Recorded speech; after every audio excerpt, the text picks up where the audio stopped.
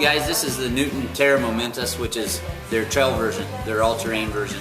And it was interesting when I got them. There's definitely some difference here to what you're used to with most of the Newtons that you've seen in the past.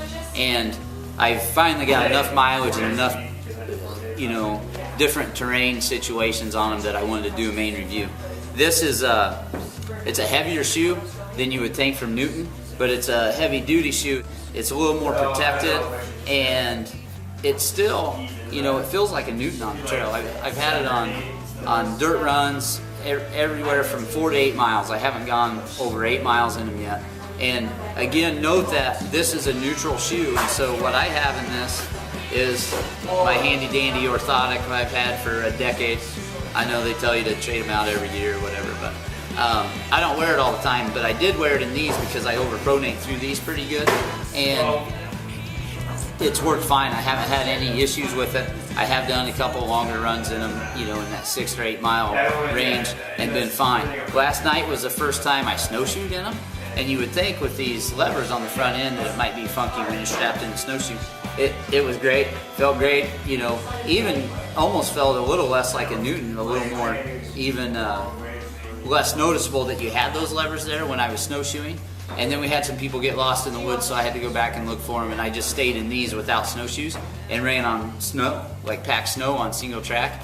And my thing was I thought they would put more aggressive lugs on this bottom for traction, and I didn't need it at all last night. So some of the things I was skeptical of were remedied by testing and realizing that everything's been fine. So that's the Terra Momentus, heavy duty. Still feels like a Newton, doesn't feel heavy on the trail because you're still a nice mid to forefoot strike.